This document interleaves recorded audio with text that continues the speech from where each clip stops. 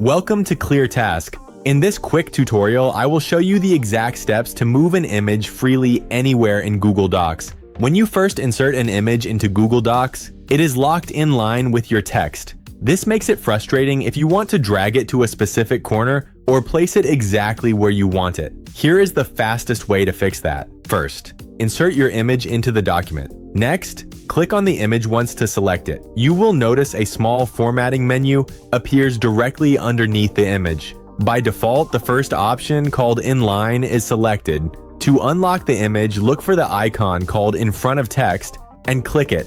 Once you select In Front of Text, look slightly to the right in that same menu. You will see a drop-down option that says Move with Text. Click that drop-down and change it to Fix Position on Page. That is the key step. Now simply click and hold the image. You can drag it completely freely anywhere on the document without it snapping back to the text lines. That is it. If this guide helped you, please like the video and subscribe to ClearTask for more straightforward software solutions.